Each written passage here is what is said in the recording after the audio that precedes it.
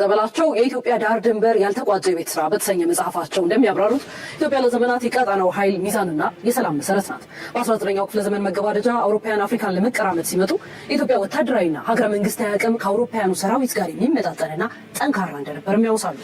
በቀይ ባህርና በህንድ ውቅያኖስ የሚገኙ የአፍሪካ ቀንድ ወደቦችን በባለቤትነት ይዛ ትጠቀምባቸው የነበረችው ኢትዮጵያ ከባህሩ ስትገፋ የቀጠናው የኃይል ሚዛን ሊናጋ ችሏል። የጎረቤት ሀገራት ያላቸው አቅምና ዝግጁነት የቀጠናውንም ሆነ የቀይ ባህርን የንግድ መስመር ሰላም ለማስጠበቅ በሚያስችል ቁመና ላይ አልነበር። ደግሞ ኢትዮጵያ የቀጠናው ሰላም ስትዳከም ደግሞ ቀጠናው የፉክክር ኃይሎች መጫወቻ ይሆናል። የአንድ ቀጠና ሰላም እንጂ ከም ሃገር ንኽቀውም ሽግር ገጢምዎ ዘሎ ኣብ ውሽጡ 25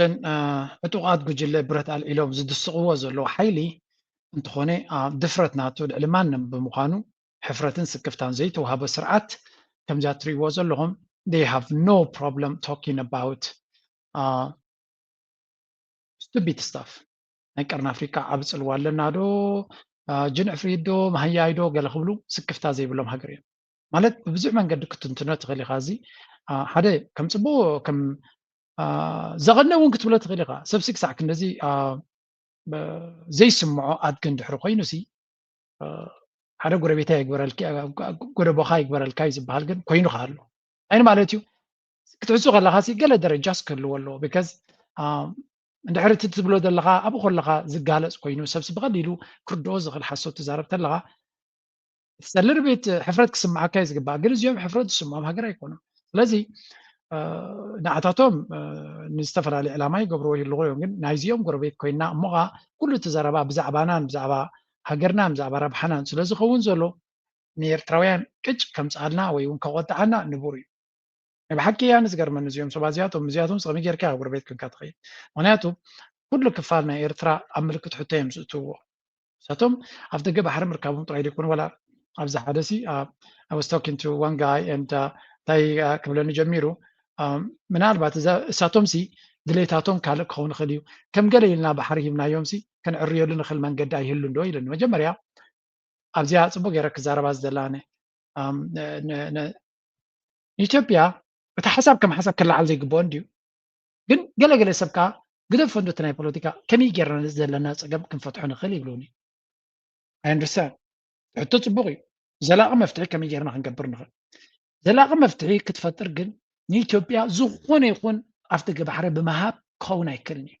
ስለምንታይ እዛ ኤርትራ ትበሃል ሃገር ውፅኢት ናይቲ ኮሎኒያል ባውንደሪስ ዝበሃል ሕብረት ኣፍሪካ ድማ ሳክሮሳንት ብምባል ዝረቅሖ ናይ ክትንከፍ ዘይብሉ መግዛእታዊ ውዕላትን ዶባትን ክትንከፍ የብሉን ኢሉ ሃገራት ናይ ኣፍሪካ ኣብ ዘይውዳእ ኩናት ንከይኣትዋ ነቲ ወላ ብድሌትና ይኹን እምበር ብመግዛእቲ ዝቆመ ዶባትን ካርታን ክንትንክፎ የብልና ምክንያቱ እቲ ህዝቢ ኣብ ኩሉ ስለ ዘሎ ከቢድ ዝኾነ ዓዘቕቲ ክፍጠረልና እዩ ብምባል ተሰማሚዑ ስለዚ ካብቲ ሕብረት ኣፍሪካ ክቆም ከሎ ካብቲ መትከላት ናውትስ እዩ እንድሕሪ ንሱ ኮይኑ እታ ኤርትራ ትበሃል ድማ ካብ ካልኦት ሃገራት ኣፍሪካ ብፍልይ ዝበለ ንፁር ዶባት ዘለዋ መግዛእታዊ ውዕላት ዘለዋ ሃገር እያ ሕጂ ካብዚያ ቦታ እዚኣ ንእሽተይ ነቓ ሂብካ ነቲ ልውላውነትን ነቲ መግዛእታዊ ዶባትን ውዕላትን ኣፍሪስካ ንእሽተይ ክትቦም ተጀሚርካ ከም ሓሳብ ማለት እዩ እንታይ ፅልዋ ከም ፃልካ ድሕሪ እዩ ሓንቲ ግዜ ነታ ናይ መግዛእታዊ ውዕላትን ተፍሪስካ ድሕሪ ክንደይ ነቓ ኢኻ ክትፈጥር ልክዕ ከምዚ ንንቋቁሖሲ ብንሽተይ ወይ ከዓ ሓንቲ ጥርሙዝ ብኬርሲ ብመስማር ገይረ ንእሽተይ ነኳል ክፈጥረላ ኢልካ ብእምነ ክተርማ ተጀሚርካ ነኳል ኣይኮንካ ትፈጥር መብዛሕትኡ ግዜ ምናልባት ማጂክ ቡለት ኮይኑ እንተደይ ኮይኑ እምበር ነታ ብኬር ሙሉእ ኢኻ ትሰብራ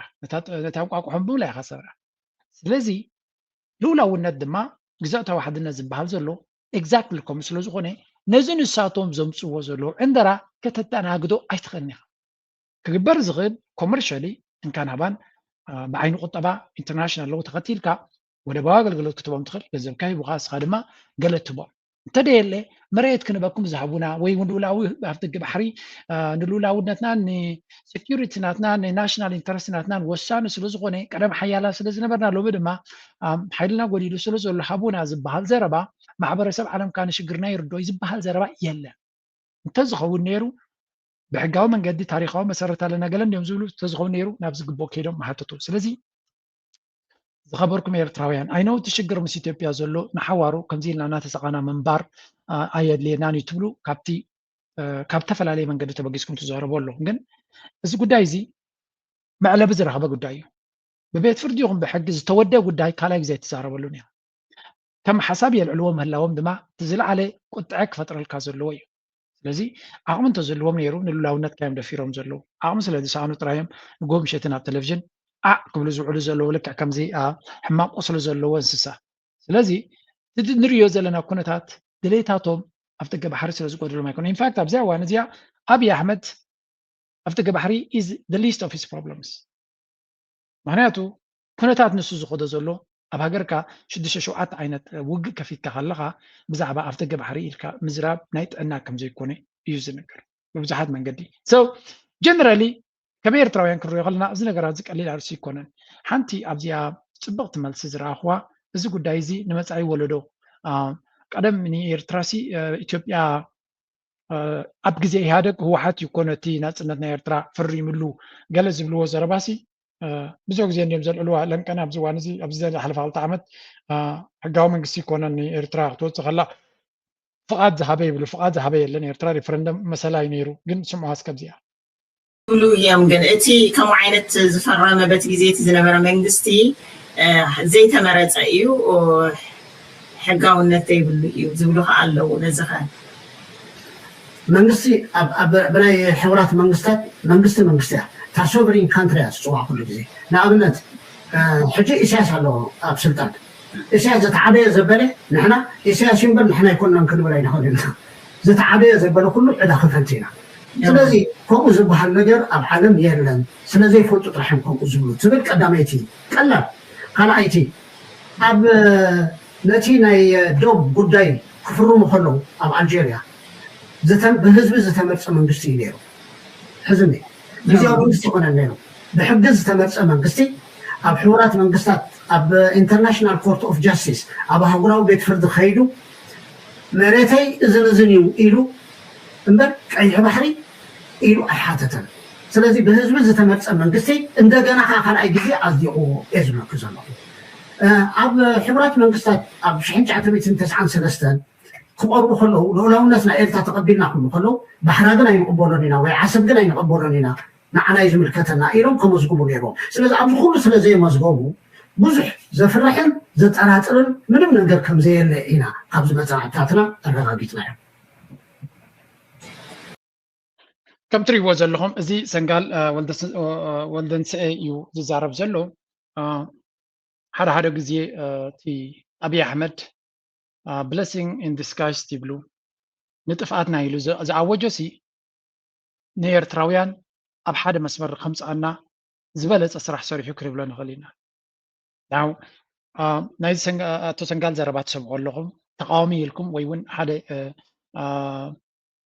كاب هجراوسي انتي في اللي على وتاز حسب نعطي طريقهم ولا حنت في اللي يبلون لو هجرت لك يا تقاوم انت دقافن كتكون تخل البوليتيكا بيمانن أجامن كوين كاتساوت هجرت لك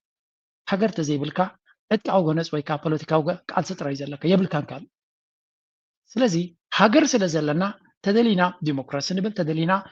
بيروقراسي نبل تدلينا اوتوقراسي نبل whatever it is هجر سلازلكاي هجر مش هلو كاي بوليتيكا زغبر حجز مصزول فتنا ኢትዮጵያ ነታ ሃገርካ ከም ዘይትሉ ክገብር ዝኽእል ኣካይዳ ስለ ዝኾነ መጀመርያ ነታ ሃገርና እሞ ሉላውነታን ቀጻልነታን ነውሕስ እቲ ካልእ መብዛሕትኡ እቲ ተቃዋማይ ኢሉ ዝዛረቡ መብዛሕትኡ እቲ ኣብ ደንብ ሃገራውነት ዘለውን ዝደልየ ፍልልይ ኣበይ ዘሎ ናይ ግዜ ፍልልይ ኣብ ደንብ ሃገራውነት ዘሎ እዚ ሕጂ ዘለናዮ መድረኽ ንኸምኡ ክንብል ንኸምኡ ክንሓትት ዘፍቀደልና ግዜ ኣይኮነን ስለምንታይ ካልኦት ዓበይቲ ናይ ሃገራዊ ድሕነት ፈተናታት ኣለውና ዝብል እምነት ክህሉ ከሎ እቲ ብደንብ ተቃውሞ ዘሎ ብሕፅር ዝበለ ድማ ሕጂ ኢና ንደልዮ ምክንያቱ እዚ ፀገም ዘይምፍትሑ ንዓና ናይ ሃገራዊ ድሕነት ፀገም ዝፈጥረልና ዘሎ ንሱ እዩ ዝብል እምነት ኣለዎ ከም ድሌትካ ክትርድኦ ትኽእል ኢኻ ኣብ መወዳእታ ግን ኤርትራውያን እንድሕር ኮይና እታ ኤርትራ ሰንተርናትና እያ ንኤርትራ ዝደፍር ቀይ መስመር ዝሰግር ከም ዘሎ እዩ ነዚኣ ክንቅበል ተዘይክኢልና ከም ህዝቢ ተቃዋምን ደጋፍን ኢልካ ትገብሮ ብፍላይ እቲ ተቃዋሚ ኢልካ ትኸዶ መንገዲ ትርጉም ክህልዎ ኣይክእልኒ ሃገርዚ እንደው ጠፊያ ንመን ኢኻ ትቃወም ዘለኻ you need to ask this question again and again ኣብ መወዳእታ ሃገር ክትልወልካ ትክክል ኣለዋ ነታ ሃገር ካሲ ሕጂ ክበልዓየ ኢሉ ዝመፅእ እንተመፅኡ መን ይክከላኸለላ ስኻ ትደልዮ ዘለካ ዲሞክራሲ ክመፅእ ወይ ገለ ክመፀካ እዩ ሎሚ ፀላኢ እንተመፅኡ እታ ሃገር መን ይክከላኸለላ ክከላኸለላ ዝኽእል መን እዩ ሃገራዊ ምክልኻል ናይ ኤርትራ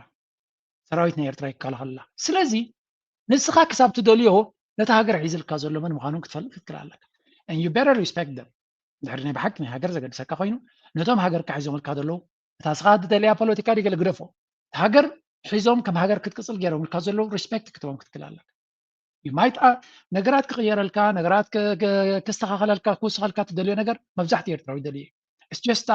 ቁርብ ከነተንፍስ ኣለና ዝብል ኮንቲጀንት ወይ ክፋል ናይ ሕብረተሰብና ኣሎ እቲ ዝግበር ዘሎ ንሃገር ዝጠቅም እዩ ሃገር ካብ ፈተና ስለዘላ ካብ ፈተና እዮም ዘሰጋግርዋ ዘለዉ ዝብል እምነት ኣሎ ገለ ሰብ ድማ ሕጂ እየ ዝደልዮ ነዚ ነገር እዚ ይብል ኣሎ ኣብ መወዳእታ ግን ነቲ ሃገር ኣማእኪልካ ክትከይድ ክትክድ ኣለካ ኣብ ህልኻ ኢኻ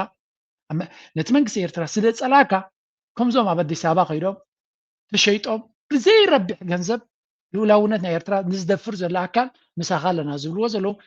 ንምንታይ ቃለስኾም ዘለዉ ዘይፈልጡ ኣብዪ ኣሕመድ እንታይ ይደልሎ ፍሉጥ እዩ ንዓታቶም ኩርሲ ዝቦም ኣይኮነን ንኩርሲ ዝበቅዑ እንተዝኸውን ኣይመቕረቦምን ከመ ናይ ኣብዪ ኣሕመድ ኣካይዳ ተሪኻዮ ኩሎም እቶም ናብ ስልጣን ደምፅዎ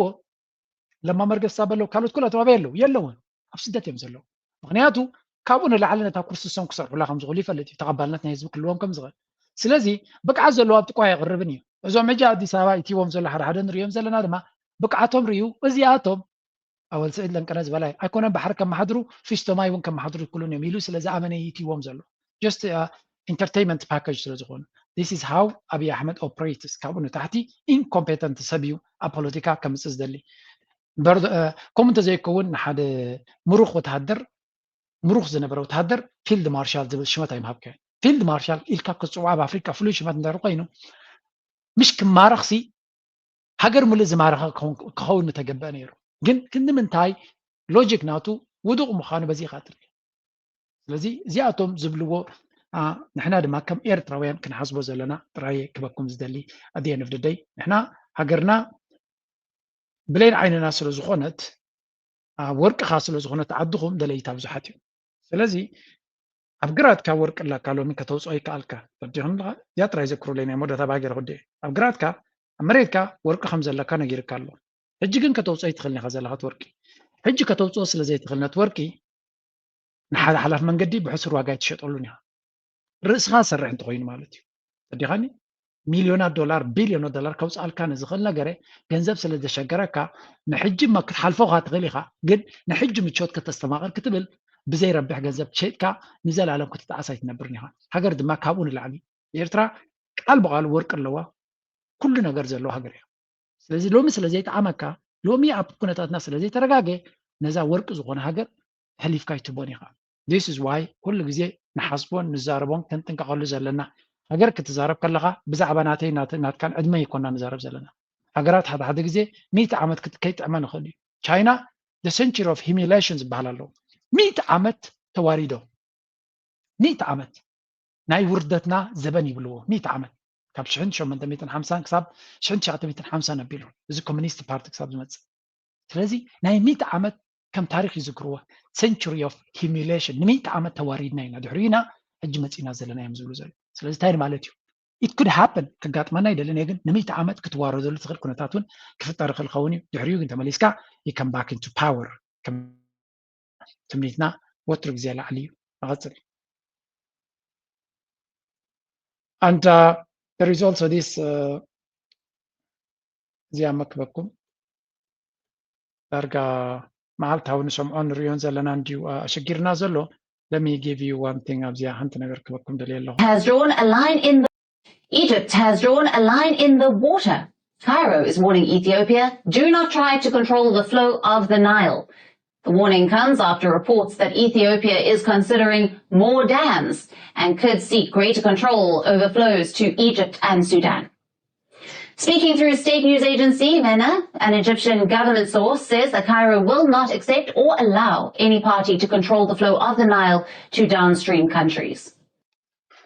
ሕጂ እቲ ብልፅግና ዝፍፅሞ ዘሎ ጌጋታት እንዮም ዝብልዎ ግን ከምኡ እዩ ሓደ ሓደ ግዜ ክወድቕ ተኮይኑ ሓደ ሓይልሲ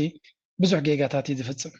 and that's a good thing already እንድሕሪ ጌጋታት ይፍፅም ኣሎ ንዓኻ advantages ይፈጥረልካ ኣሎ ማለት እዩ this is how we understand the situation ጌጋታት ዝፍፅሞ ዘሎ ንዓኻ ክዕውተካ ትዝበለፀ እዩ ስለዚ ብልፅግና ምስ ኤርትራ ዝገብሮ ዘሎ እንደራ ጥራይ ገዲፍካ እታ ውሽጡ ዝገብሮ ዘሎ ምስ ፋኖ ምስ ተጋሩ ገለ ግደፍዎሱ ምስ ሃገራት ጥራይ ዝገብሮ ዘሎ ምስ ኤርትራ ዝገብሮ ዘሎ ምትፍናን ትሪኢ ኣለኹ ምስ ሱዳን ኦልሞስት ናብ ኩናት ዝኸደ ሽግር ኣሎ ናብ ግብፂ ድማ ቀፃሊ ብናይ ማይ ደረጃ ፕሮፓጋንዳ ብዝለዓለ ደረጃ እዩ ዘሎ ኦኬ ናይ ግብፅን ናይ ኣሜሪካ ናይ ኢትዮጵያን ንነዊሕ ዓመታት ስለ ዝቐፀለሲ what is a big deal ክትብሉ ንትኽእሉ እዮም ኖ ኩሉ ፀላኢ መድረኽ እዩ ዝፅበሕ ኩሉ መድረኹ እዩ ዝፅበሕ ግብፂ ይኹን ዓብይ በይንኻ ክትገብሮ ትኽእል ክሳራታቱ ብዙሕ ክኸውን ስለ ዝኽእል ብዙሓት ብሓደ ክመፁ ከለዉ እዚ ጉዳይ እዚ ግብፂ ከቢድ ዎርኒንግ ሂብና ኣለና እዮም ዝብሉ ዘሎ እዚ እጂ ምስ ምንታይ ካ ተተሓሓዞ ግብፃውያን they're not stupid they want ብውሕድ ዋጋ ዝዓበየ ውፅኢት ክረኽብሉ ዝኽእሉ መንገዲ ከናድዩ እዮም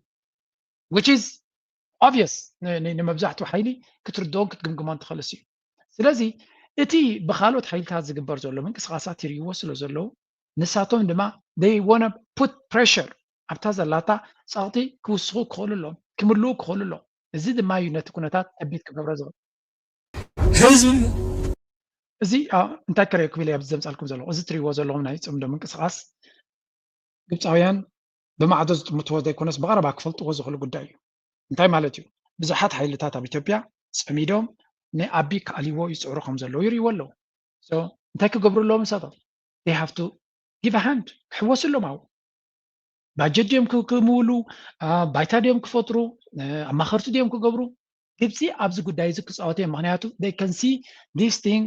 ነቲ ኣብ 4 ኪሎ ዘሎ ኩነታት ዲስታቢላይዝ ክገብሩ ከም ዝኽእል ናው ሕጂ ብዙሕ ግዜ ብዛዕባ ግብፂ ክንዛረብ ከለና ሓደ ነገር ኣሎ እቲ ከም ዘረባ ድመፅእ እቲ ዘረባ ድማ እንታይ እዩ ግብፂ ንባዕሉ ኢንተረስት ናቱ ካልእ እዮም ዝብሉ ግብፂ ኢትዮጵያ ዝተዳኸመ ክኸውን እምበር ምስግጋር ናይ ስልጣን እውን ብዙሕ ዘገድሶም ኣይኮነን ይብሉ እዮም ትሩ እዚ ሓቂ እዩ ግን ኣቢ ወዲቑ እዚ ሕጂ ፖለቲካዊ መሰጋገሪ ዝግበር ዘሎ ኬነዲ ካልእ ፖለቲካ ክሰጋገርቲ ኮይኑ ዩ ቲንክ ላይክ ንፅባሒቱ ሓያል መንግስቲ ክኸውን ኣብዪ ኣሕመድ እኮ ነዚ ነገር እዚ ክገብር እኮ ብውሕድ 3 ዓመትን ከቢድ ኩናትን ኣብ ትግራይን የድልይዎ ክሳብ ኩናት ትግራይ ዝግበር እኮ ንኩሉ እሺ ጎይታ እዩ ዝብል ነይሩ ን3 ዓመት እሺ ጎይታ እናበለ ዝሰግድ ነይሩ እሰይ ወዲ ኣፎም ይብል ነይሩ በቲ ድማ ንግብፂ ኣብ ካይሮ ከይዱ ደለኹም ክገብረልኩም ይብል ነይሩ ንሱዳን እግሮም ይስዕሞም ነይሩ ንደቡብ ሱዳን ይሓቁፍ ነይሩ ንሶማልያ እግሮም ይስዕም ነይሩ ንኩሉ እናሰዓመ ይድኸይድ ነይሩ ክሳብ ዝደላደል ሚንስ ግዜ ነይርዎ እዩ ሓድሽ መንግስቲ መፅኡ እሱ ከማ ከምዚ ናይ ሎሚ ብደም ምፍሳስ ዝመፀ ኣይኮነን ነይሩ ዳርጋ ሓውሲ ብፖለቲካዊ ምንቅስቃስ ጥራይ ዝመፀ ሓይሊ ነይሩ ብቕልል ዝበለ መንገዲ ሙሉእ ኢትዮጵያዊ ድማ ዝተቐበለ ነይሩ እዚ ሕጂ ዝመፅእ መንግስቲ ሙሉእ ኢትዮጵያ ክቕበለ ኢልካ ክትግምት ኣይትኽእልን ስለዚ everybody is calculating ኩሉ ሰብ ስነ ናቱ ኢንትረስት እናደመረ እዩ ዝኸይድ ዘሎ እቲ ዝደማመር ዘሎ ድማ ኩሉ ተደሚሩ ናብ ፅቡቕ መደምደምታ ክበፅሕ ኢልካ ክትዛረብ ኣይትኽእልን ኢኻ ስለዚ ግብፃውያን they can see this ኤርትራ they can see this ናበይ ክኸይድ እዚ ጉዳይ እዚ ይጥምቱ ኣለዉ everybody has their interest maybe ኢትዮጵያ ክትፈርስ ወይ ካልእ ኣጀንዳኦም ከይከውን ይኽእል እዩ እቲ ዕላማ ግን ጋብ ክፈጥረሎም እዩ ንኣብነት ግብፂ እንታይ ይጥምቱ ብዚ ሲምፕሊ ግብፂ ነዚ እናረኣዩ ከለዉ ኣብዪ ኣሕመድ ክወጥቀሉ ዝኽእል ቻንስ ኣሎ እቲ ዝመፅእ መንግስቲ ጌና ከይተረዳድኦ ከሎ ንኣብነት ኣብ ዘበነ ዶናልድ ትራምፕ ከለዉ ኣብ ግዜ ዶናልድ ትራምፕ ከለዉ ኣብዪ ኣሕመድ ተወዲቑ ምስ ዶናልድ ትራምፕ ዘለዎም ዝምድና ተጠቂሞም ነቲ ሓድሽ መንግስቲ ጌና ከይተደላደለ ከሎ ሕጂ ዲል ግበር ክብልዎ ክእሉ እዮም ሕጂ ጉዳይ ናይ ኒል ዲል ግበር ክብልዎ ክእሉ እዮም እንተደየለዉ ንዓብ ከም ዝቕፅል ክንገብር ኢና ኢሎም ከፈራርቦ ክእሉ እዮም እቲ ሓድሽ መንግስቲ ድማ ኣማራፂ ስለ ዘይብሉ ንግብፂ ዝምችእ ዲል ክገብር ክእል እዩ ገምጥልዋ እንዶታ ካርዲ ዚጋ ዝማ ተሰሪሑ ግብፃውያን ዕግርግር ምስ ኣጋጠሞም 2011 ኣረብ ስፕሪንግ ክካየድ ከሎ እዩ ኣብ መለስ ኣበጊስዎ ልክዕ ግብፂ ኣብቲ ዝደኸመ ጎና ረኺቡ ይወጊዋ መለስ ዜናዊ because he knows how to play this card ልክዕ ግብፃውያን ድማ ኣብታ ዝደኸመት ጎኖም እቲ ዝበለፀ ዲል ክገብሩ ክእሉ እዮም ስለዚ ግብፃውያን have every intention ኩሉ ድሌትን ባህግን ኣለዎም ኣብዪ ኣሕመድ ክወድቕ እንተኾነ ብናይ ግብፂ ኣተሓሳስባ ግብፂ ኢትዮጵያ ብትንትን ክትብል ኢኻ ኣይፀሉን እዮም ተኺሉ እቲ ናይ ቤንሻንጉል ዘሎ እቲ ናይ ብሉ ናይል መመንጨዊ ቦታታት ትሱ ኣብ ትሕቲኦም ዝመሓደር መንግስቲ ክህልዎ ኣይፀልኡን እዮም ሓቂ ንኽነግረኩም ቱዳር ኤክሰንት እዩ ትናቶም ኣተሓሳስባ ኢትዮጵያ ትበሃል እንወዝ ዘለዎ ሃገር ክኸውን ኤርትራ እንከማ ሓሳብ የብላን ኢትዮጵያ እንተተበታተነት ኤርትራ መብዛሕትና መንእሰያት እኳ ኣይመኻፍአና ባህልቲ ኢና ምክንያቱ ሓደ ካብ ዝተበታተነ ሃገር እንታይ ክመፀና ንኽእል ንፈልጦ የብልና እዚ ብኸምኡ መንግስቲ ኤርትራ ግን ብርግፅ ምብትታን ናይ ኢትዮጵያ ከም ዕላማ ዝደልዮን ዝሰርሓሉ ኢልካ ክትዛረባ ኣይትኽእልን ኢኻ ንዑ ክድግፍ ዝኽእል ዝኾነ ይኹን ጭብጢ የለን ወላ እኳ እቶም ናይ ብልፅግና ካድረታት ንጎምሸትን ኢትዮጵያ ንክትፈርሰሉ እዩ ንጎምሸትን ሻዕብያ ዝሰርሕ ኢሎም ዝምድሩ እንትኾኑ ኣብ ባይታ ግን እቲ ጭብጢ ንሪኦ ኩሉ ግዜ ኢትዮጵያ ክትፈርስ ዝደሊ መንግስቲ የለን ኣብ ኤርትራ ሱዳን ክትፈርስ እውን ዝደሊ ይኮነን ሶማልያ ክትፈርስ እውን ዝደሊ ይኮነን ኩለን ሃገራት ካይላሉ ዝኽእላ ግን ብውህደት ክሰርሓሉ ዝኽእላ ነገራት ዘናዲ ኢና ንርኢ ስለዚ እዚ መንጎ ክልቲአን ሃገራት ዘሎ እውን ብልፅግና ድማ እንታይ ይገብር ኣሎ ብመንገዲ እቲ ሚኒስትሪ ማይን ሰዓትን ናይ ኢትዮጵያ እንታይ ኢሉ ነይሩ intends to proceed with building additional dams on the river for the fair use of Nile water and achieving sustainable development. نتفقت كاب على خامن كلت أفكار لو خمسي أكبيت كوينا زلوا نجبسي مليش يغز كسرله. كالت وساق ديقاتات كن جبرينا نتي أتغاق مانا يمين رتعاون مقباري بلالو زي بعلخا شجر مسوا عايز بحال. بزو خينا دما تنجبس آيان تدقاقامي تري ملسي بوا مالو تبويو أبي أحمدي يقص اللي تريحت بلو. He is making massive mistakes. شفت جيجاتات ندي دفسم زلوا لا يخاخ جاجو خلون تهم زول Chinaوين أي تقول على فوق تانسو بتاع the art of war تقول مسحفو هتكسر لاي جيجاتات كفسم كله أي تقول فوق سبوق يرجع جاجات رايت تصبيه because نعنوتو تزبالة توجد دم أنتي لما تزبالة توجد كيتا كوس كاتسعر وجي تزبالة توجد زبال وجد سبوق خونه يكلني generally بحفشة تزبالة توجد جن حنت تيت كيتا كوس كا تسأل أين حد حدود تبالعو كموت الكازغ المدرخي that is actually the highest strategy سلايخا وشتاوي كنا تاتع الإلكا نحد حدود كم دبالعن نحد حدود كم أفان كنت قبرة تغيلكاي نزو كل عب قمتيتين حجي everyone has a skin in the game now سودان بلتقنا نخط أف دليتوميو بلتقنا تأفيو مالت نايدا عمسر أقد داسي محاور تبنتيسو مالتيو سلاز سودان everything ناتوم استراتيجي أب بلتقنا كابسورو كمحو دليتوميو دليتوم ترى دي كونسي proactively بنطف من قدك سرحو زغليهم دعم مسارع كسعره تغيرهم بلتقنا كسعره لزغل من قد تتفتير تزبالة زي هذا بلو لي إيرترا زلو منقسي I don't think إن أبي يغرق بلو لزغل منقسي كولا ميجي it's too late أبي منوح رحكات سلازغة ده أبي إيرترا زلو منقسي بفصهم يغرق بلو لون كحق لزغلية مثلا كبنكر واخد اليو I think it is obvious شعبيا تسأليهم كا زملو سيكورن so probably بوغن إيرترا reason اللوم مخنيات اللوم ني أبي كابسورو منقسم كجحفوه أوكي أبوش إثيوبيا توعج تم كل توسنت ثلاثة توسنت نبرم دلنا جبسي نزار بس هنا السودان نزار بس هنا إيرترا نزار بس هنا نوشت مساعتها who else is there تجراي مالت بفلاي هو واحد يا باور ما تيزلو يجي ولا قابي شمنا تجراي تقولنا هو واحد يا باور بس يزلو هو واحد مالت دما زحلفه شومن تعمتات وشوات عمتات حنت نقدر تراي تردو مسجدل مكرا كم زرعي يزفلت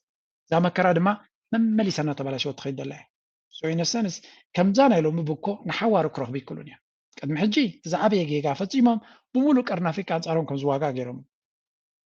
بوز وردهم بس هذا ما ساجي وصلنا له لو ممكن تتقيم تغير له سلازي بزحات حيلتات أبزور يوم هلو نزع الدلزيا كتملتهم تجديفهم هو حات نحوار بغيرو goodbye كبعدي they have no chance to survive معناته أبتقرايهم بوتهم وحس هيكون لومي أبزع وانا زي أبزع بكو حجز على تريو حسما they have no chance أم حرقيد فانو تيتبلو فانو نزل عالم سلطان يراي أبزع الجوان جن فانو قطر هذا حيلا بإثيوبيا كم تقامك نبلا ينغلينا جن أب قطر هذا زجماجم حيلا له سلام تيفانو حزب محراد جفر له حزب محراد ما أزيب زعي يعني قام قارة جفر له محراد نيات زارب زعي ملقتنا بقالت كم حلال فغلي زمالة مالتي أبز حلفة حمس عم زير عيون باور ستراكشر بناي كالوت ناي شمجلناتات درغبو مجابرياتات زغون بوليتيكانيات ديكو ناسي بعلو بزمرصون بعلو بزقدمهم تقاليسو نفس سلطان زمتو نتا 4 كيلو ملو بملو انتري تقصاصرا 4 كيلو حيال صلوا زلو ناي امحرا بوليتيكاو حيلي كأتو كم زغلي الرأيلو ولو كانت حلمتات ناتهم دومينيت كقبروا زغلو تقوينو ساقن كباريا سلازي أبتناي مسجاجر من كسبل أمحارو كل الأمحارة عبس الواحد كأتو خليه كمتهم قال جزء تجربيتهم تحت قدي فمو زيادة هاسي وزن وركم خجات ما يكونن سلازي this is the moment نعطاتهم الجزء moment زيا تحالفاتهم جن they may not get another moment أتوم قالوت ولا كل سومال هجي تردي ومالو if they don't wake up today لو تنسيهم أنت ليه تقالي سوم أنت ليه قوي يومن أبزا إثيوبيا بالبوتا كله ما يكون أفارنا بعلو قال سناتهم نوعيو أولا بوتا كتركب تخينكا أبايت حيل كل وقت خلالو إثيوبيا زبال بحيل ترايز رجاجس مسلكا بفولوتيكا جلس بالي له هو حتني ناي أورومو إليتين ناي زي أوبيديوز بحال نفس التان كم تون كلون أورومو سلد فتي كونن ህወሓት ውሑድ ስለ ዝኾነ ትግራይ ህዝቢ ናቱ ንኣምሓራ ዶሚኔት ክገብሮ ተኮይኑ ንኦሮሞ ክሕዝ ኣሎ it was a bad mistake ብጣዕሚ ሕማቕ ጌጋን ሓደገኛ ጌጋን ይፈፅሙ እዮም ዝብሉ ተጋሩ ምክንያቱ ንኣምሓራ ክዘቅጥ ክብል ንኦሮሞ ገበል ቀይርዎ ትገበል ድማ ክውሕጦም ኢሉ መፅዩ ስለዚ it was a very dangerous move ግን 27 ዓመት ገዚ ኢሎም ሎሚ ግን ትገበል ፈጥፎም ይደልሎ ቶም ካልኦት ክልላት ድማ ዓቕሚ ዘለዎም ቤንሻንጉል ኮሚቴ ኣሎ ቤንሻንጉል ዝበሃል ንኣብነት እጂ ጋምቤላን ቤንሻንጉልን ዓቕሚ ከይድልዎም ክልቶም ህዝቢ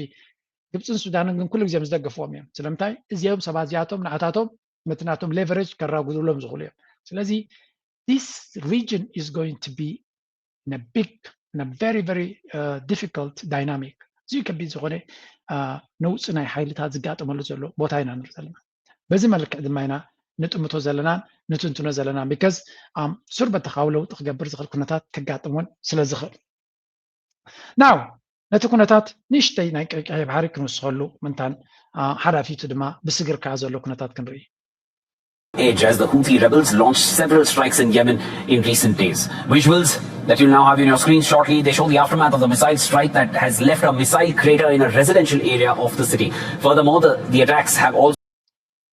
كل ግዜ ድማ ሑቲ ዝበሃል ከዓ ነፍሱ ዝኻለ ሽግር ዝፈጥር ዘሎ ሓይሊ እዩ ሑቲ ማለት ኣብቲ ከባቢ ብሓይሊ ድሌቱ ክገብር ዝኻለ መን ከማይ ዝብል ሓይልና ኮነ ይመፅእ ዘሎ ስለዚ ኣብቲ ከባቢ ንሱ ብስግርና ጠቕላላ ነቲ ከባቢ ናይ ባሕሪ ዶሚኔት ክገብሮ ይደሊ ዘሎ it's not something ካልኦት ዝፈትዎ ዘሎ ኣይኮነን ዘሎ ግን ፈቲኻ ዶ ንጉስ ትምርቕ እዩ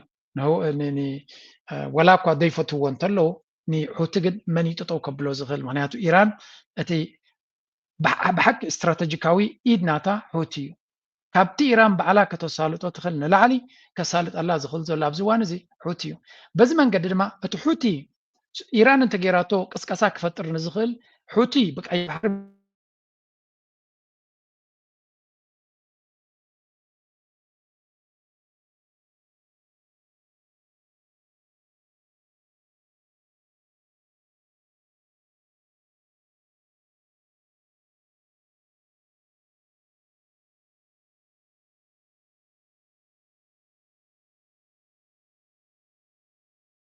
the UAE grip on the Gulf because Saudi Arabia, the UAE, Qatar, Kuwait and Bahrain are reportedly questioning whether hosting large US military bases is still worth it. These 5 key US allies in the Gulf are reportedly frustrated with Washington as the US-Iran war drags into its 6th month. And this is not just about anger at President Donald Trump. ከም ትሪእዎ ዘለኹም እንታይ እዮም ዝብሉ ዘለዉ ሃገራት ኸልጅ ናይ ብሓቂ ዋሽንግተን ፖስት ኣውፅይዎ ከም ዘሎ እዮም ዝብሉ ዘለዉ ኣብ ዶናልድ ትራምፕ ዘለዎም ሕርቃን ኣብ ሽግር ኢትዎም ጥራይ ዘይኮነስ ካብ ሽግር ከውፅኦም ዘይምኽኣሉ ኣብ ልዕሊኡ ድማ ሽግር ናቶም ፈፂሙ ዘየገድሶ ብምዃኑ እቲ ቁጣኤ ናብ ዝገደደ ደረጃ እዩ ዝኸይ ዘሎ እዚ ማለት ድማ ሃገራት ኸልጅ በብሽጣራኻ ሽግርካ መፍታሕ እዩ ዝበሃል ዘሎ እቲ በብሽጣራኻ ድማ ሓደ ግዜ ክልቲኦም ኣብ ኩልተን ሃገራት ኣብ ንሓት ዕደን እውን ተገራጫዊ መንገዲ ይወስዳ ኣለዋ እዚ ድማ ንኣሜሪካ ናይ ሎንግ ተርም ናይ ፓወር ናይ ኣሜሪካ ዘዳኽም ምዃኑ ብዙሓት ክኢላታት ይዛረቡ ኩሉ ነገር ድማ ትርጉም ዘለዎ እዩ ቢካዝ እዘን ሃገራት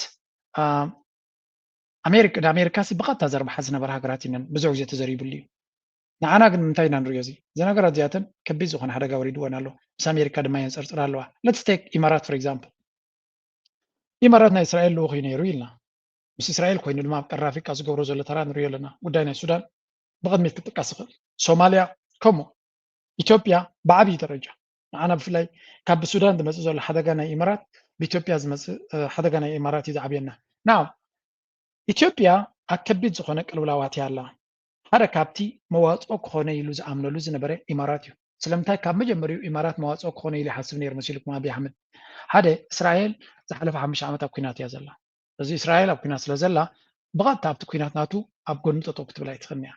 ራሻ ኣብ ከቢድ ኩናት እያ ዘላ ወላ እኳ ገለገለ ከተጎራብቶ ትኽእል ተኾነት ብዓቢ ደረጃ ክትሕግዞ ኣይትኽእልን እያ ኣሜሪካ ኣብ ከቢድ ኩናት እያ ዘላ ብዓቢ ደረጃ ክትሕግዞ ኣይትኽእልን እያ ኤውሮጳውያን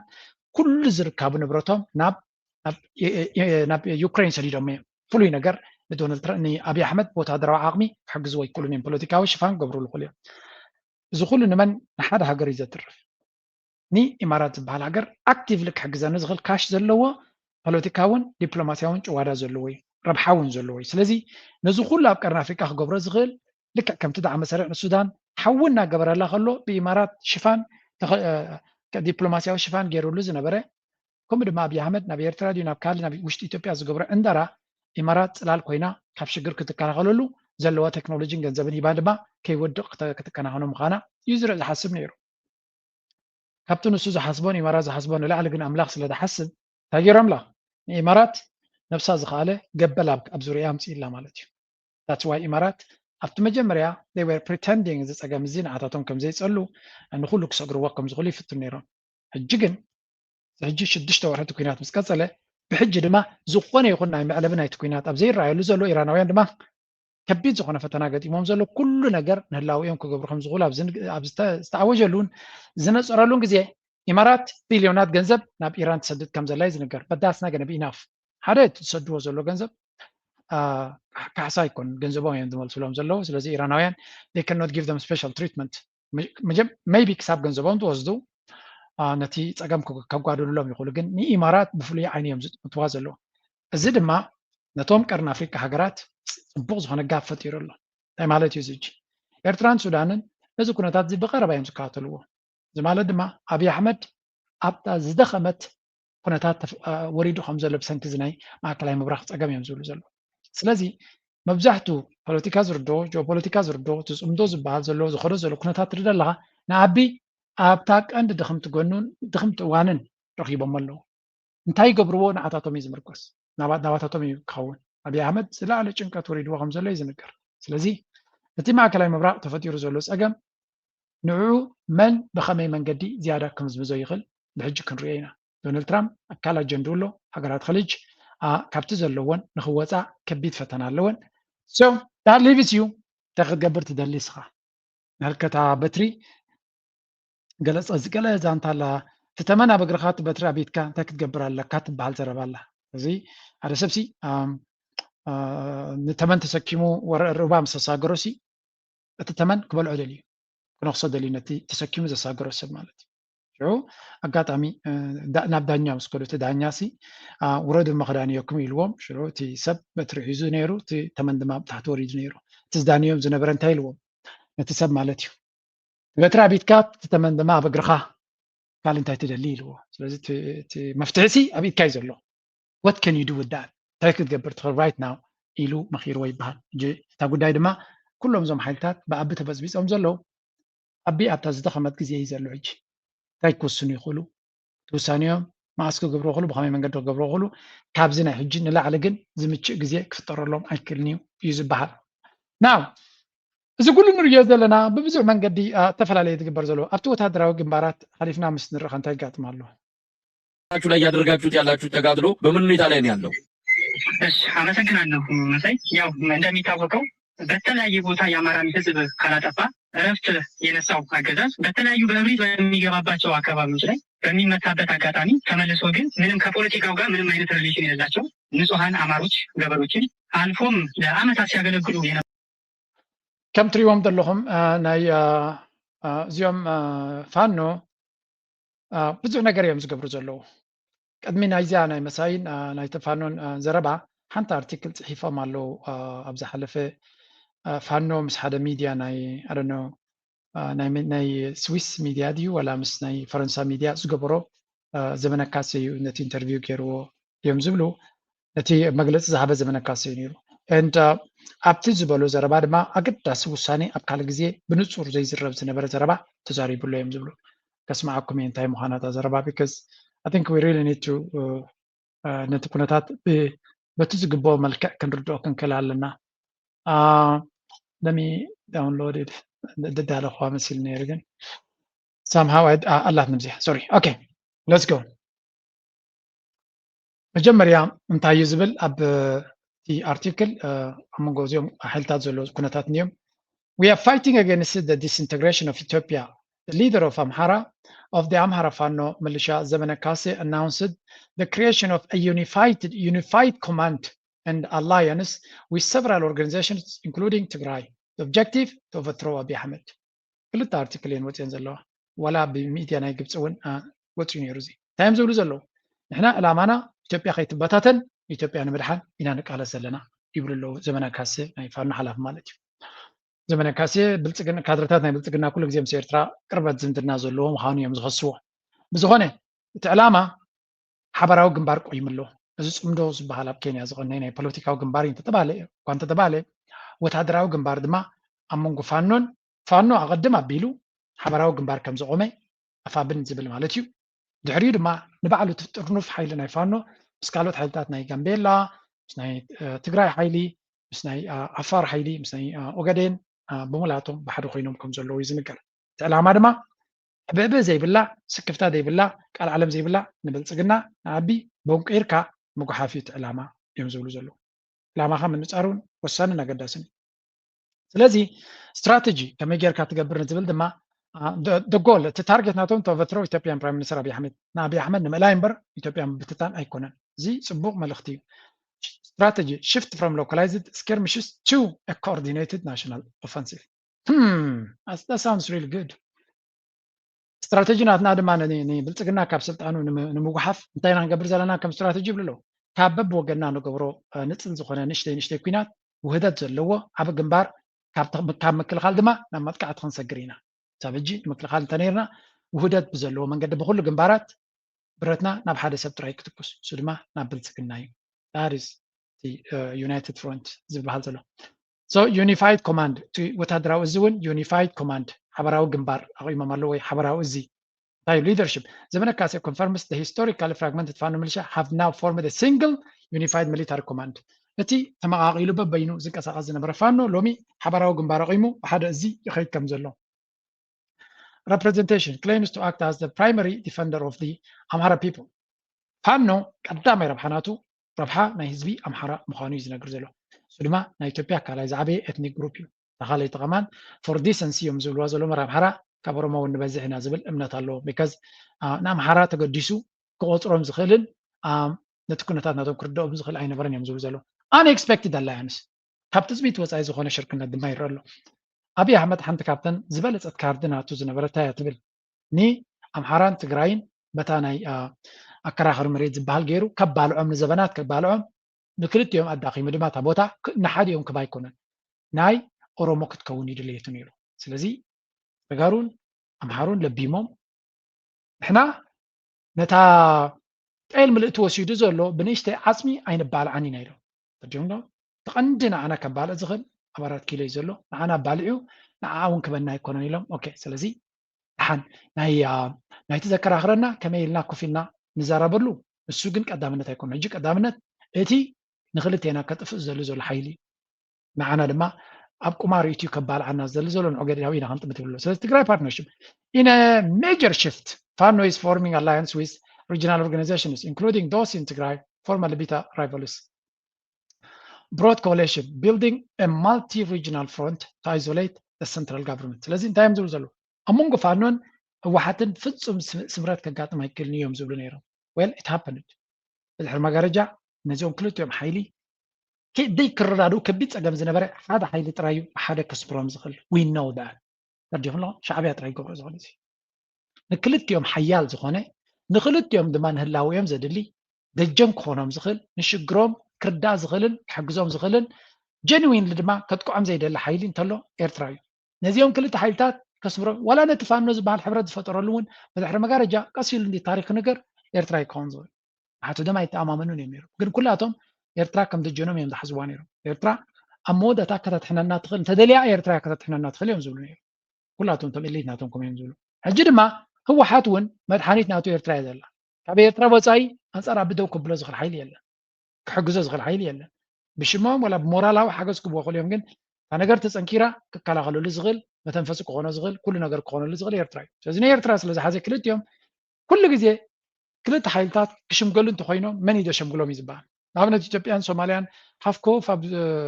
ኣብዚ ባእሱሉ ዝነበሩ መን ኣሸምጊልዎም ቱርኪ ስለምንታይ ቱርኪ ኣሸምጊልዎ ምክንያቱ ሌቨሬጅ ኣለዎ ቱርኪ ንኢትዮጵያ ዝዓበየ ኢንቨስተር ናይ ኢትዮጵያ ቱርኪ ድሮናት ዝሸጠሉ እውን ንሱ እዩ ስለዚ ኣብይ ኣሕመድ ካብ ቱርኪ ወፃኢ ክኸይድ ኣይክእልን ንሶማልያ ድማ ዳርጋ ዋርድያ እዩ እውን ክንብሎ ንኽእል ኢና ስለዚ ንክልቲኦም ከስምዖም ዝኽእል ቱርኪ ነይሩ ታትዋይ ድማ ኣብይ ኣሕመድ መንገዲ ቀይሩ ኣብ ቱርኪ ኣብ ኣንካራ ተፈራሪሙ ስለዚ እቲ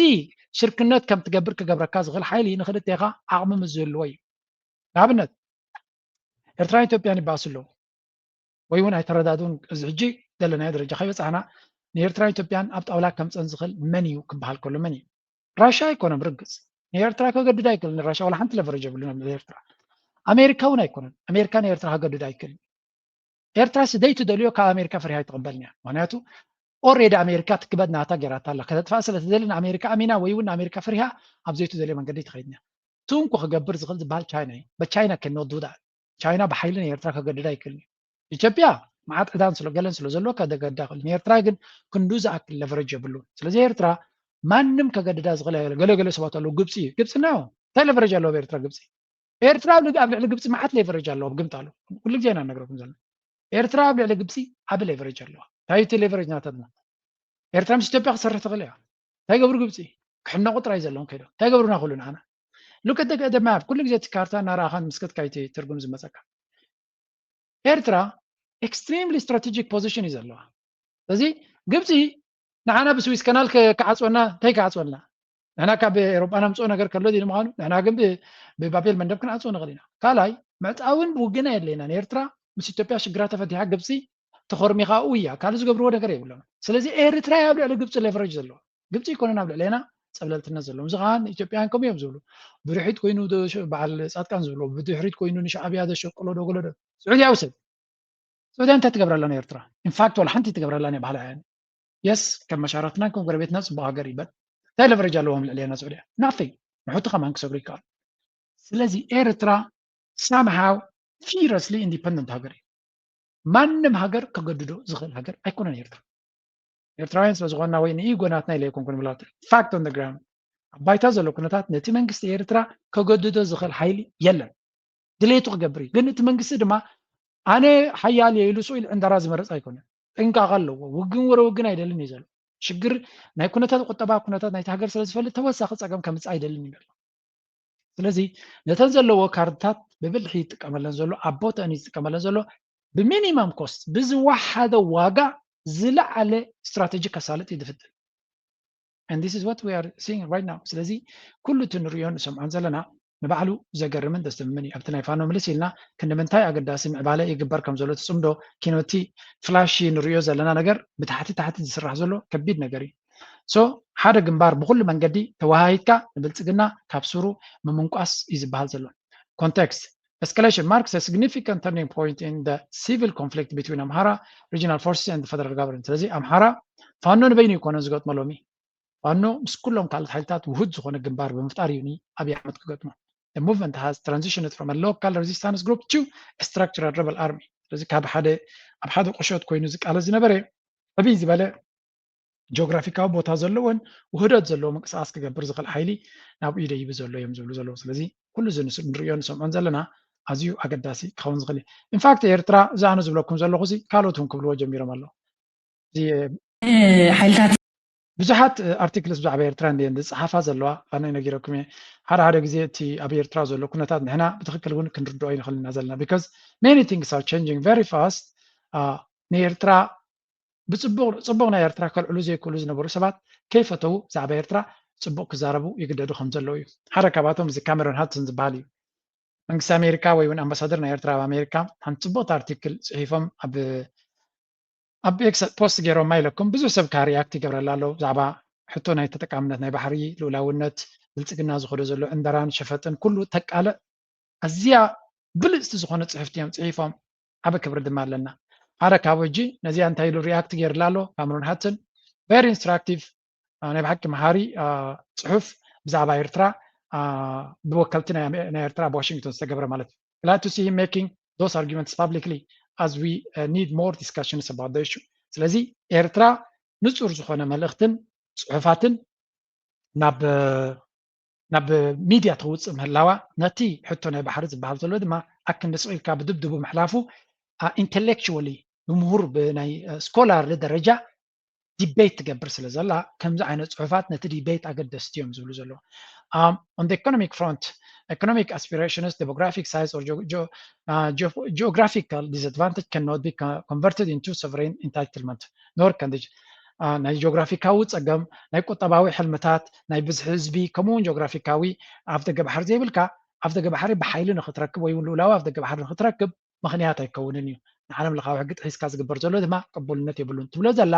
ኤርትራ ትብሎ ዘላ ዲቤት ሓቂ እዩ ብትክክል ከምኡ እዩ እዚ ድማ ብልፅግና ክትንቀቀሉ ዘለዎ ይብላ ኣሎ እዚ ካሜሮን ሃድሰን ብዛዕባ ኤርትራ ፅቡቅ ስእሊ ዘለዎ ሰብ ኣይኮነን ግን እንታይ ይገብር ኣሎ ትፈልጥሎ is just asking ንመንግስቲ ኤርትራ ሎቢስት ገይሩ ክቆፅሮ ይደሊ ኣሎ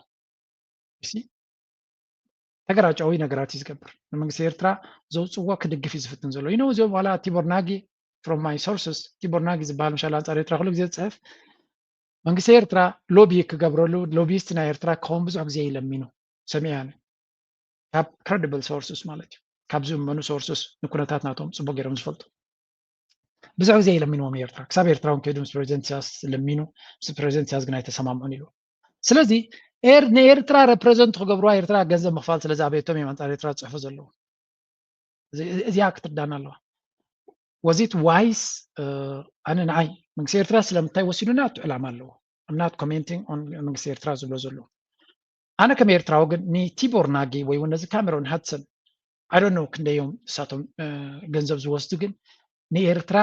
ብቅድሚት ኮይኖም ዝፅሕፉላን ዝማጎቱላን ካብ ኤርትራውያን ወፃኢ ብፍላይ እቶም ኤክስ ዲፕሎማትስ ዝነበሩ ናይ ኣሜሪካ ምቁፃር ኣብ ማይ ፀላእክዎን እዮም ሶሪ ቱ ሳይ ስ ኤርትራ ሎቢስት ይደልን እያ ዝብለኒ ሰብ ኣሎ ንዓኻ ብሪእቶካ እያ ኣነ ግን ምናተይ የድልየና ይበሃላ እዩ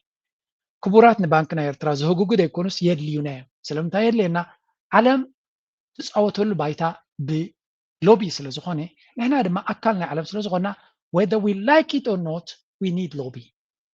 maybe ቶም ሎቢ ናትና maybe ዝፈትውና ሰባት ዘኽብሩና ሰባት ንታሪክናን ንኩንነትናን ዝርዱ ሰባት እንተዝኾኑ ፅቡቅ እዩ we need lobby ክገብሩልና ዝኽእሉ ንባንኪ ናይ ኤርትራ ከንፅፉ ዝኽእሉ ዘይኮኑ ግን ብሓፈሻ ገለገለ ኤክስ ዲፕሎማት ዝነበሩ ሎቢ ዝገብሩልና ሰባት የድልዩና እዮም ናተይ ሪቶ ከምኡ እዩ ዝብል ኤርትራ እውን ከም ካልኦት ሃገራት ናይ ዓለም ሎቢ ዝገብሩላ ሰባት የድልይዋ እዮም ንካሜሮን ሃድሰን ወይ ከዓ ንቲቦርናጊ ቁፀርዎም ይብል የለዎም ወይ ይቆፀሩ ይብል የለዎም እዚኣቶም ኦልሬዲ they went እዚ ካሜሮን ሃድሰን እኳ ኣይከናሰይ ክንዱ ዝኣክል ኣንፃር ኤርትራ ይዛረብ ኣሎ ክብል ኣይክነን ኤርትራውን ኣብ ገለገለ ይፈትዋ እዩ ምክንያቱ ኣብቲ ሱዳን ኣብ ጉዳይ ናይ ሱዳን ተሪኢኹሞ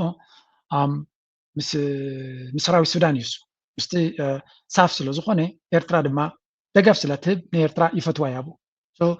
ሚክስ ዝኾነ ሲግናል እዩ ናብ ኢትዮጵያ ከይዱ ፀቅና ኢትዮጵያ ክኸውን ይፍትን እዩ ር ጀስት ዘይፀረዮም ግን ዲስ ፒፕል ኣር ቢዝነስ ፒፕል ረብሓ እዩ ሎቢ ማለት ረብሓ እዩ ገንዘብ ተኸፊልካ እዮም አንፃርካ ኮይኖም ነገራትካ ከበላሽ ይኽእሉ እዮም ኮኔክሽንስ ኣለዎም ኣዕሩኽቲ ክህልዎም ገለ ክህልዎም ክእሉ ባት ነዞም ሰባት እዚኣቶም ብቀረባ ዝፈልጥዎም ሰባት ኤርትራውያን ኣሜሪካ ዘለዉ ይፈልጣኒ ምስ ኤርትራ ክሰርሑ ድሌት ከም ዘለዎም ካ ይሰምዕ ውፅኢት ኣለዎም ድየብለዎም ካልኣርስቲ እዩ ግን ወረቐትና ምፅያቅ ግን ዓብ ተራ የምፅወቱ ብፍላይ ቲቦርናጊ ወረቐትና ንምፅያቅ ዝኸደ ርሕቀት ቀሊል ኣይኮነ ስለምንታይ ገለ ክሬዲብሊቲን ፈሎወርን ስለ ዘለዎ ነቲ ናይ ኤርትራ ኩነታት ኣብ ምፅያቅ ዝፃወቶ ዘሎ ተራ ኣናይስካ ዝረአ ይኮነ ስለዚ ኣብ ጉዳይ ናይ ሎቢ ክንዛረብ ከለና was talking to ለንቀነ ኣብ ኣፍሪካ ስለ ዘለኹ ብዙሕ ናይ ኣፍሪካውያን ናይ ኡጋንዳ ናይ ኬንያ ክሪኦ ከለኹ as much as we do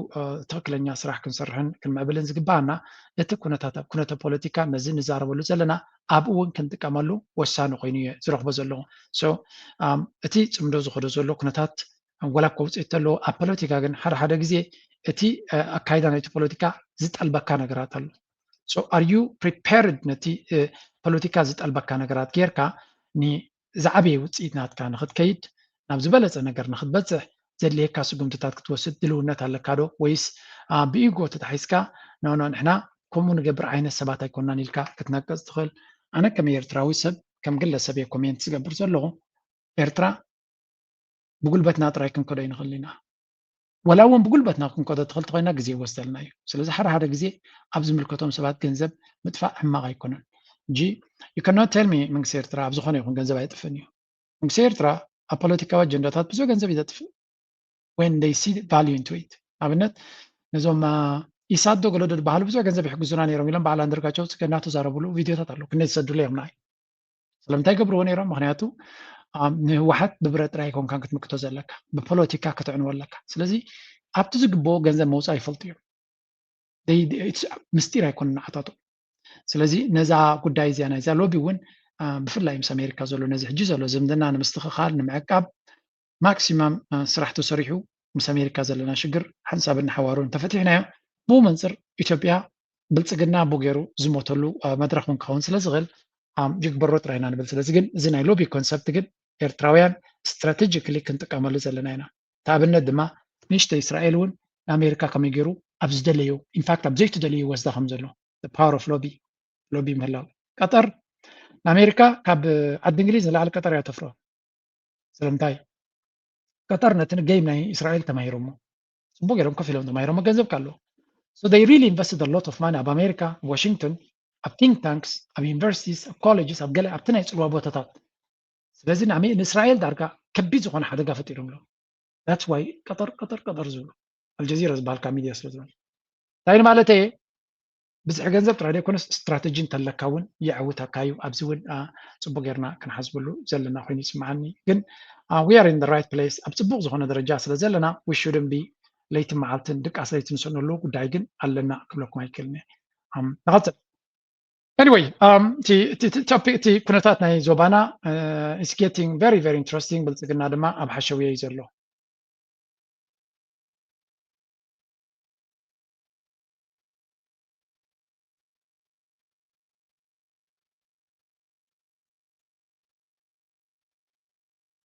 Army 13 have spoken. Most are kids, barely out of childhood, some still teenagers. ብልፅግና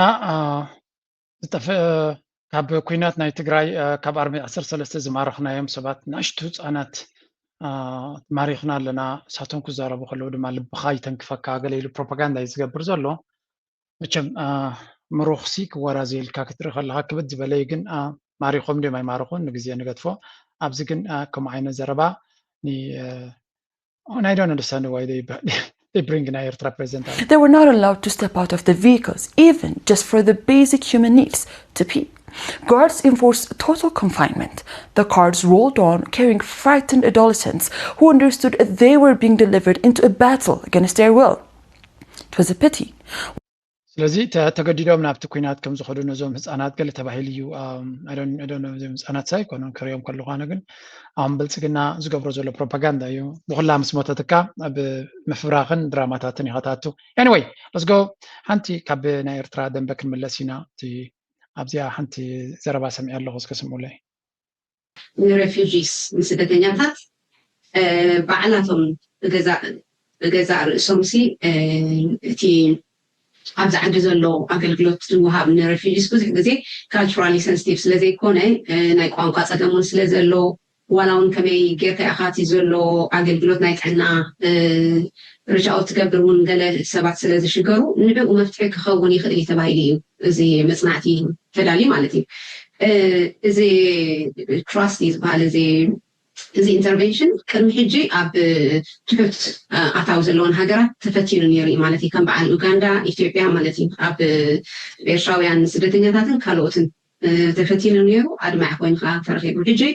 ካብኡ ብምብጋስ ኣብዛ ዓዲ ኸ ምክንያቱ ምስ ብዝሒ ስደተኛታት ምምፃእ ንዓዲ እንግሊዝ ብዙሓት ከዓ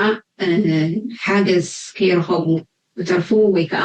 ኣብ ካልእ ብዙሕ ፀገማት ክኸዱ ስለዝፀንሑ ነዚ ኣገዳስነቱ ተራእዩ እዩ ነዚ ፕሮጀክት ኣቕሪብዎ ማለት እዩ ዩኒቨርሲቲ ኦፍ ዌስት ለንደን ኣብ ለንደን እዩ ማለት እዩ ዝካየድ ዘሎ እቲ መፅናዕቲ ሕጂ እንታይ እቲ ቀንዲ ዕላማ ሲ ተሳተፍቲ ንሽም ሓደ መፅናዕቲ ክተካይድ ሲ ተሳተፍቲ የድልካ እዮም ማለት እዩ ሕጂ እቲ ናይ ተሳተፍቲ ግን ረቋሒታት ኣለዎ ዝኾነ ሰብ ኣይኮነ ክሳተፍ ዝኽእል ፍሉይ ዝኾነ ክራይተርያም ኣለዎ ማለት እዩ ሰብ ኣብዚ መፅናዕቲ እዚ ክሳተፍ ሕጂ ተን ቀንዲ ዓበይቲ ክራይተርያ ተቐሚጠን ዘለዋ ከመይ ዝበለ ሰብ እዩ ኣብዚ መፅናዕቲ ክሳተፍ ዘለዎ ዝብል ተቐዳመይቲ ዕድመ ማለት እዩ ዕድመ ካብ ንናእሹ መንእሰያት ወይ ከዓ ያንግ ኣዳልትስ ንብሎም ካብ 18 ክሳብ 35 ዘለዉ ዕድመ ክኾኑ ኣለዎም ካልእ ኢሚግራንትስ ወይ ከዓ ስደተኛታት ክኾኑ ኣለዎም ኣብ ንኤርትራውያን ጥራሕ እዩ ግን ኣብ ኤርትራ ተወሊዶም ዝዓበዩ ማለት እዩ ንኣብነት ደቀና ምሻ ኣለዉ ብዚ ያንግ ጀነሬሽን ንዖም ኣይምልክትን እዩ ካብ ኤርትራ ተወሊዶም ናብ ዓዲ እንግሊዝ ዝመፁ በየን መፅኦም ኣየገድስኒ ጥራሕ ኣብ ኤርትራ ዝነበሩ ኮይኖም ኣብ ዓዲ እንግሊዝ ጥራሕ ከዓ እቲ ሪሰርች ብዙሓት ሕጂ ኮንታክት ጌርኩም ነርኩም ኢኹም ቅድሚ ሕጂ ኣብ ዝተፈላለየ ኣብ ናይ እዛ ዘረባ ኣብ ሶሻል ሚድያ ርአያ ስለሰረትኩምለይ ክንዱ ዝኣክል ኢንቨስቲጌት ኣይገበርኩን ኣለኹ ቶፒክ ግን ነቶም ዝምልከቶም ሰባት ከምዚ ዓይነት ስራሕ ንህዝቢ ዘገልግል ስራሕ ክኸውን ስለ ዝኽእል ናብ ዝምልከቶም ሰባት ናብ ብዙሕ ሰባት ተበፂሑ በዝናትና دار بزحات ريمو عدل غيرو مالتيو ምናልባት ነቲ ዘገድስ ሓበሬታ ናብቲ ቻነለን ከይትኩም ክትረኽብዎ ትኽእሉ ኢኹም ስለዚ ሪሰርችን ህዝብና ዝምልከት ኣዝዩ ድሩት ስለ ዘሎ ክሳብ ሕጂ ንመድሃኒት ድዩ ንካልእ ኩሉ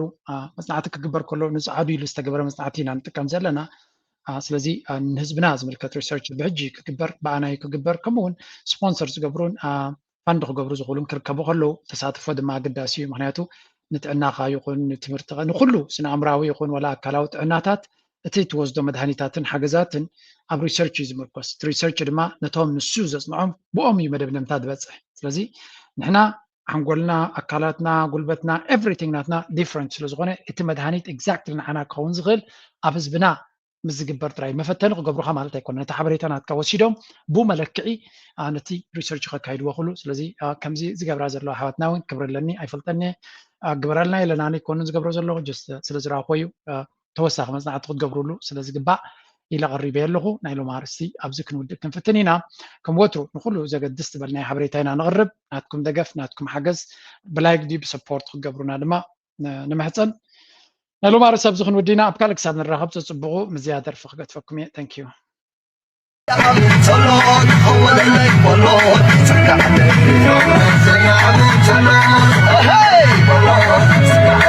سوعة زي خبز تلون كل البلد يبلون علينا السويد